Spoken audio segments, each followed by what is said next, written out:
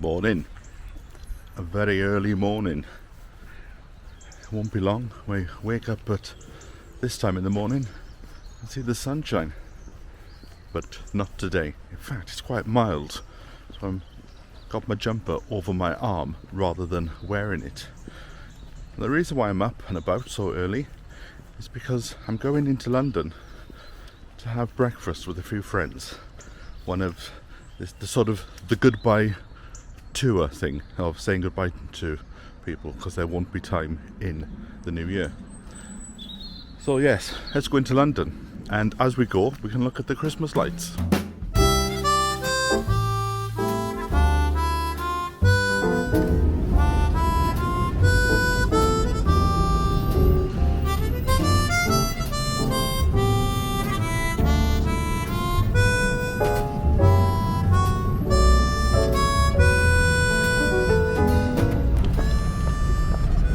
Now it's the first time I've been up this early and into London for quite a while.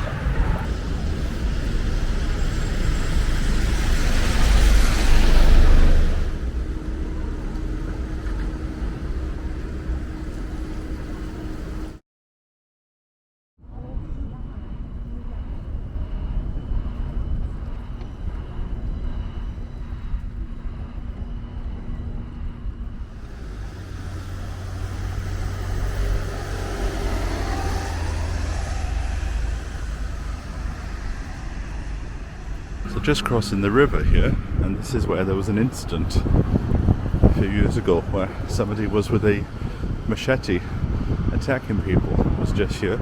But I'm drawn to this building site. When you have been in London for quite a while, you start to see how things change, and they happen really fast. I can walk around the city now and remember buildings before they were even built. Look at the dock down there. You can see the wood now that the sea has gone out. Low tide, that's what I was trying to think of. Couldn't think of the word then.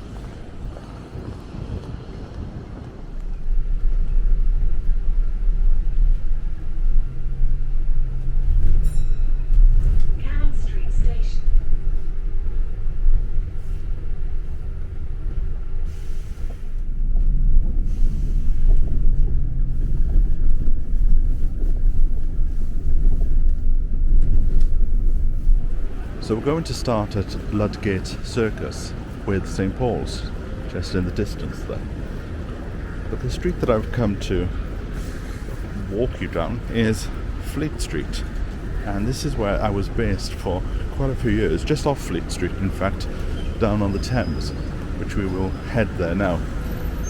But what has already struck me is that there is an entire block of building that has been demolished.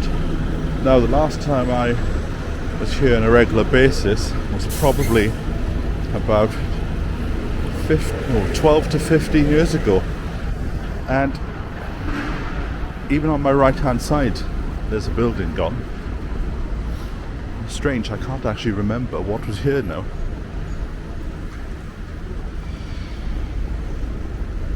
And this building coming up on the right was one of the newspapers, but I can't remember which newspaper it was now. As Fleet Street is synonymous with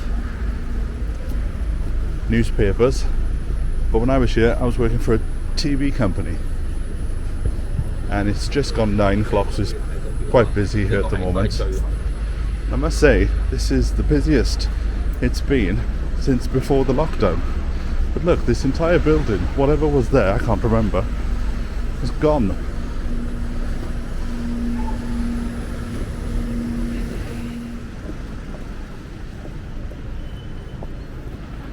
I'm struck by how many buildings are empty. This one here is empty. This is a completely different place to when I was here. Now this shop on the right hand side here, when I was here, the queues used to be down the road and you had to get in quick to get your food, because this place was called Fuzzy Grubs. And you could get a Sunday lunch in a bread roll. And if you timed it quite well and went in towards the end of the shift, sometimes you got extra meat. But it was basically a bread roll the size of my hand, and inside there was a Sunday lunch, even with gravy. And the queues used to be all the way down the street if you didn't time it correct, and with a bit of mint sauce on top. And at Christmas they used to do the Christmas bap, and I think it was about £6, £7, and that's all you needed for your dinner. It was such a big thing. And now I'm struck by how different this area has become. Like, buildings are empty, and even though it's busy, it doesn't seem to have any soul. The soul is gone. Now, Temple is just down the road, where all the procedures with the courts are. So down by Temple, that is probably still quite busy. But here, just can't get over how it's changed, and not for the good.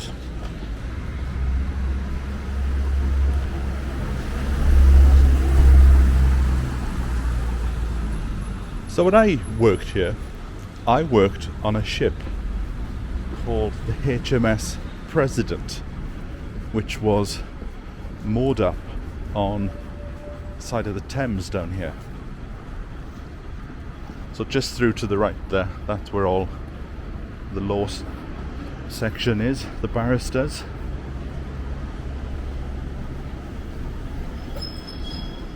Now, unfortunately, the ship that I was on has been decommissioned, and it did serve during the war, but it's been decommissioned, and I think it is now in a scrapyard somewhere, which is a shame. And when I went to work in the morning, you had to climb down the stairs to get onto the ship, and then by the time you finished at the end of the day, you just walked straight off, because obviously the tide. And there's a tourist boat that goes up and down the Thames, which is still there. And if it went a bit too fast past the office, then all your stuff would fall off the desk, and all the stuff would fall off the shelves. I think there's a bit of work going on here. So this is where we were moored up. So you would go up those stairs, and then you would go down onto the ship. But this place is all completely changed now. I don't know what they're doing. Looks like they're building a new wharf. That's what that noise is.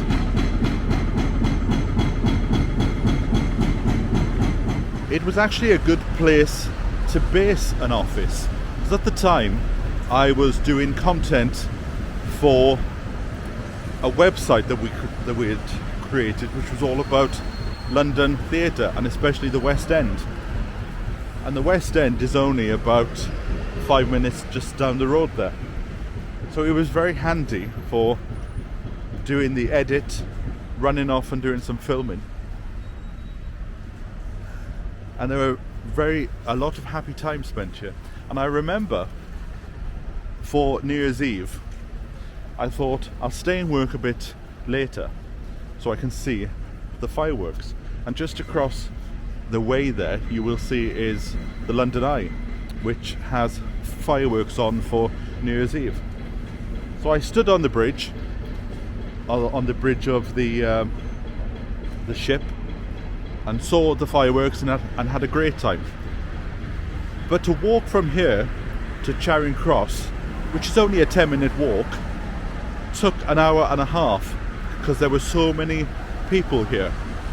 And I vowed never again to come into London for New Year's Eve.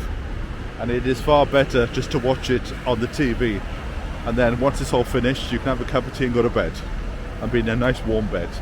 That particular night took me, I didn't get home till about 4 o'clock in the morning, and that was just trying to get through the throng of London. And I remember going on the train, and there was a guy there who had a kitten, and the kitten was purple. On the embankment here, is this the TARDIS? as cutbacks hit the doctor. This is a police public call box. So I wonder if you would just pull that, then you take the phone out and make a call. But it's nice that it's been kept, even though it doesn't work. Just behind it, that used to be the ITV building there, so that's where I worked as well when I worked on I'm a Celebrity and Good Morning Britain. And a good place to eat was the Oxo Tower there. And I don't know what the name of this building is, because it's a new one to me. That wasn't here the last time. But most people think of the skyline from the other side of the river, looking back to St. Paul's. But if you look now on the left, we've got the Shard, we've got the Tate in front of it, we've got this new building, which I think is called 1 Deansgate, I want to say. I'm not entirely sure about that. Then you've got the Oxo Tower, and if you just look down there, you see that building, and that is where Elephant and Castle is. And there we have the Uber boat. That's like the tourist boat that I spoke about. But yes, I'm struck by how busy London is. And it feels a lot busier than it was before. I don't know if it's because I know that I am leaving, but it does feel a bit too busy. I feel a bit overwhelmed by it all. Look at these steps. I wonder where these go.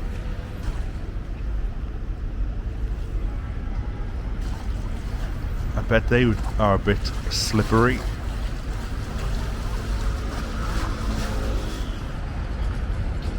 And here we have the dragons of the City of London on the west side, which gives the symbol that once you go past there, you're in the City of London, which is its own city outside of what you would traditionally think of London as being a city. This is more the original London. And there's one on the other side as well.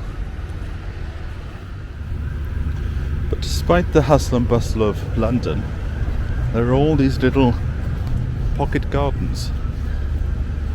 And sometimes on a busy day, it's a welcome relief just to come in and enjoy the peace and quiet.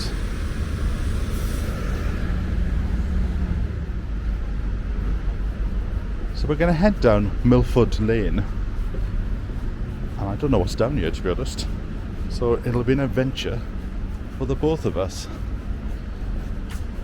This part of London has got loads of nooks and crannies.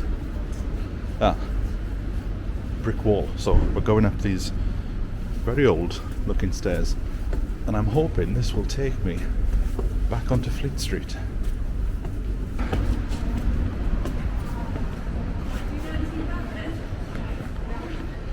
So like I said, we're now in the heart of where the beating heart of the law industry is. Oh, I'm out of breath coming up those stairs.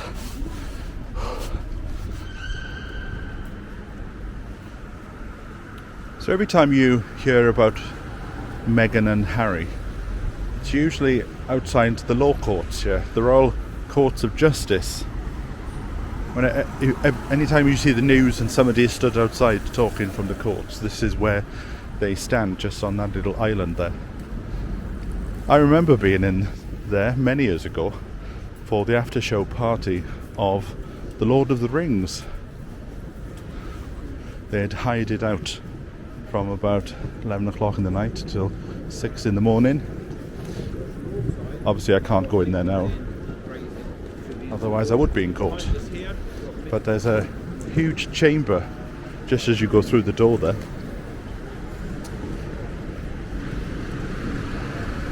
So this is the top end of Fleet Street. We're just approaching it. I need to find somewhere to go and have something to eat as well that isn't a chain. That's all I'm seeing.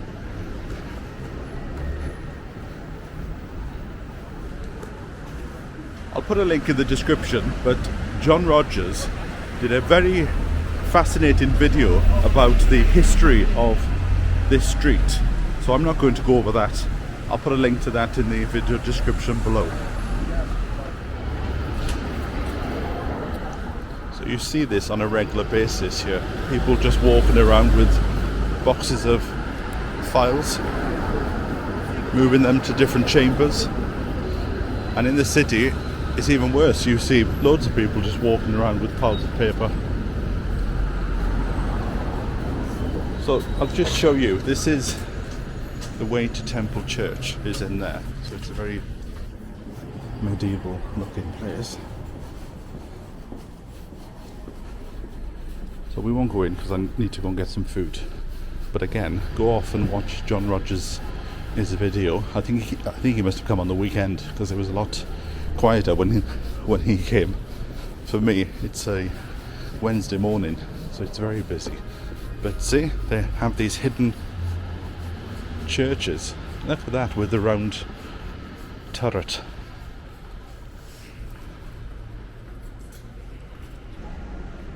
So just off Fleet Street we have the house of Dr. Johnson, the author. Lived here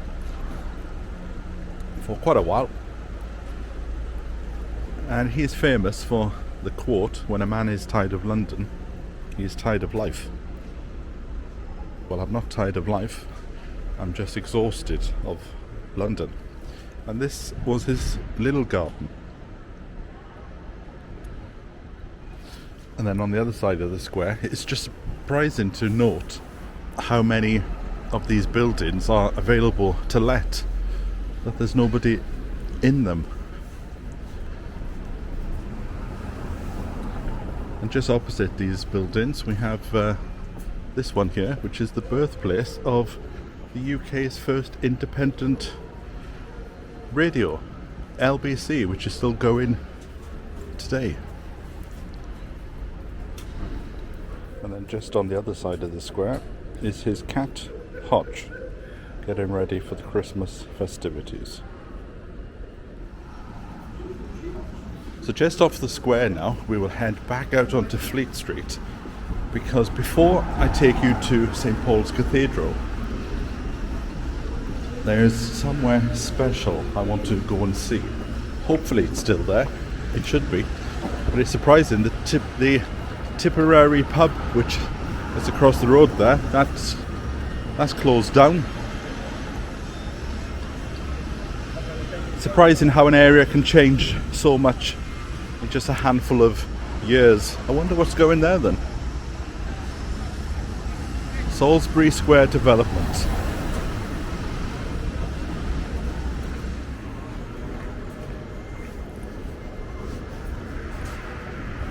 Hidden just off Fleet Street is St. Bride's Church.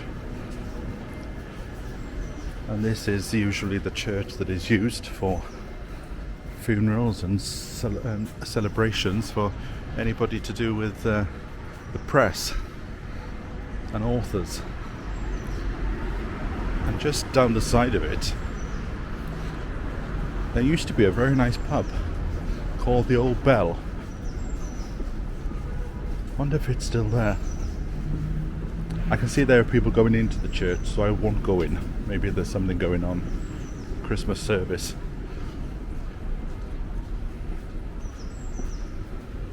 But this is the Old Bell. It still seems to be a working pub, which is good to see, but it goes all the way through to the streets there. So let us go down these steps. Is there anybody watching who worked in this area? Again, some more empty shops here. But hidden just behind the church is St. Bride's Theatre. And with that theatre job that I had, we used to come here on a regular basis to film things. Also, it was a good place to come because they used to do shows round about 1 o'clock in the afternoon, 25-minute show. And I remember I went here once, and inside, under the stage, there is a pool, a swimming pool. They can lift up the floor And there's this old Victorian pool there, which they told me at the time, in order to fill the pool, they would just pull this plug and water from the Thames used to flood into it. I don't think I would like the thought of swimming in water from the Thames. But it's nice to see that at least this building is still here. There's a phone box there, and it's actually a phone box. Usually now you find there are libraries. So that is it. That is the final visit to Fleet Street. It's surprising how even in an hour the place changes. It calms down, and the manicness will come back again just before lunch, and then again at about 5:30 until 7 o'clock. But now I'm just walking across Ludgate Circus, and I'm going to head up to St Paul's Cathedral.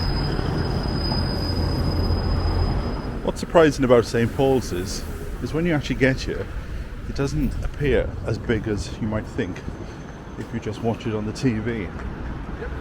Obviously the last big event that was here was probably the Queen's funeral. I'm just trying to remember now, was the coronation held in this cathedral?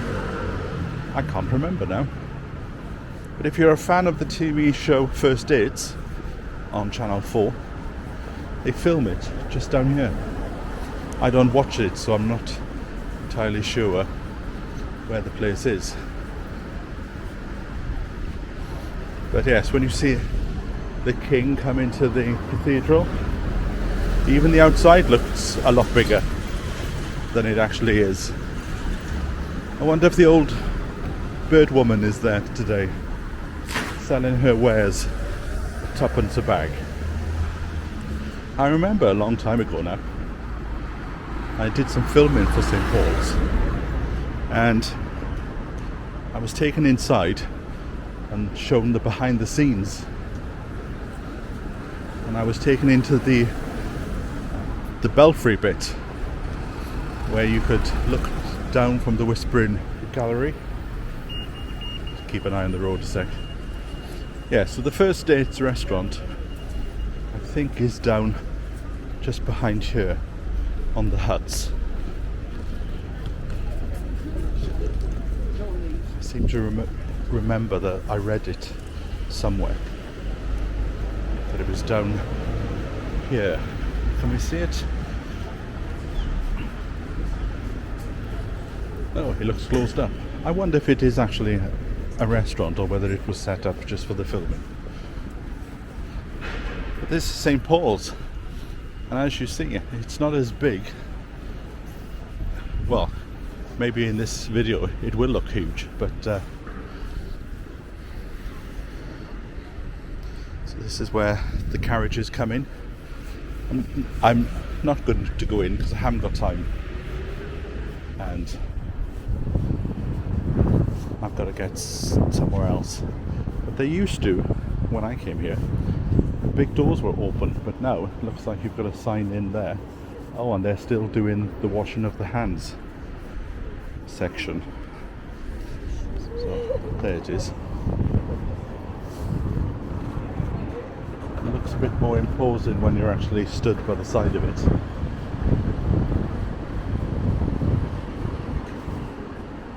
I can't remember the actor's name, but the guy who played Jason Walton in The Waltons, I think he was just stood outside the cathedral. I know that he lives in England, and so maybe that was him. So now we walk down by the side of St Paul's, and if there's time I might head off to the city.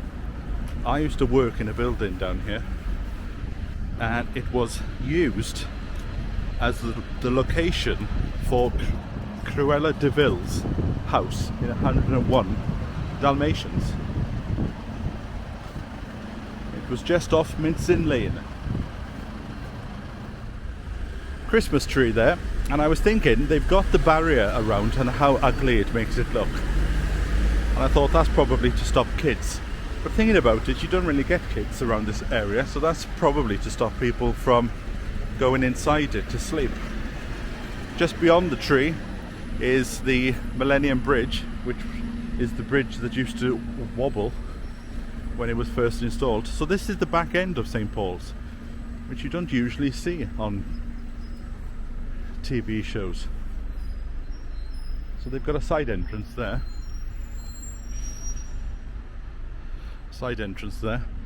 And then down on the side is a garden. I wonder if we can, well, I'll just put the camera in through the, there you go. And London has a lot of these squares, and they're very handy if you are working in the city and you just want a piece of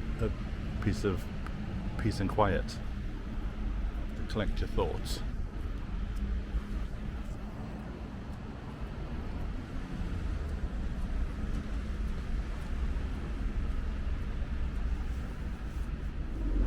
So as you walk through these streets full of sandwich bars, you then, surprisingly, discover a butcher's. This is a very old butcher's, only open Monday to Friday. Getting all the meats ready for the people in the city for Christmas. This is an installation called Forgotten Streams. Cast iron bronze, granite and water.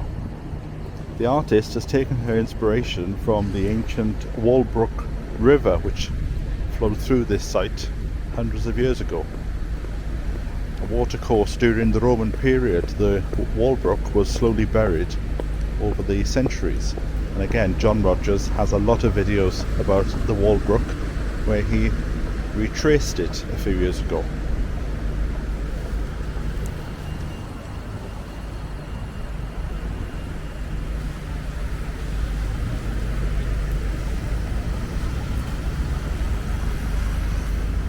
Just going to leave the Walbrook and go under. I don't think I've ever been down here before. I don't think I've been down here, but I've been on top. During the summer, a lot of these places have gardens on top. And I remember for the last few years I've come to look at the gardens. But the garden on top of here is not that good. It's slightly overshadowed by the views of central London. But if you are ever in London, then come along and have a look at these open gardens.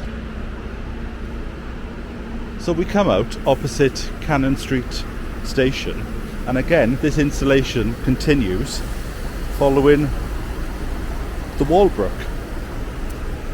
And a little known London attraction is just down this road here, but I don't think it's that well advertised. Now, a few decades ago, when they were building this building, they discovered that underneath were some very ancient ruins. So if you come along, and it's free to get in, but you have to book. You can go into this building here.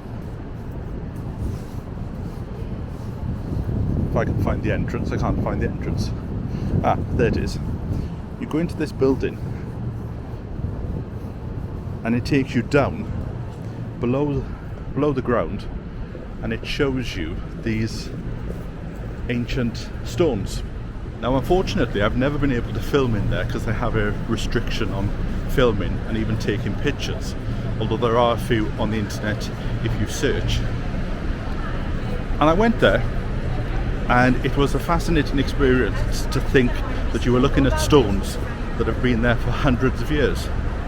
And then I just happened to overhear the guide tell one of the tourists that the stones were actually found further down the street here, and that when they were redoing the street, they decided to lift them and take them to the new location there. Well, for me, that sort of spoilt it. I thought the whole idea is that you are standing somewhere and you're looking at history that has stood in that place for 200 or 300 years. So as soon as I found that out, I thought, well, they're just a heap of stones.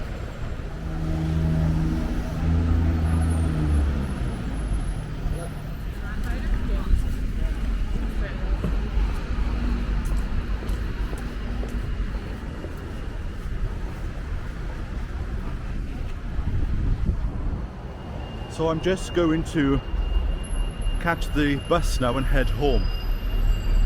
It's been quite nice to come back and have a look at places, but also quite sad to think that I won't be back here.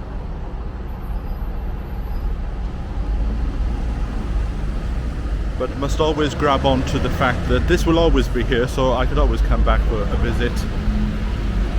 But life in the future will be very different, a lot quieter and a lot less busy, and that is exactly what I'm looking for and one of the main reasons why I'm going. So it's been nice to take you through some of my old haunts along Fleet Street, and I'll catch up with you very soon. So from me until next time, bye for now.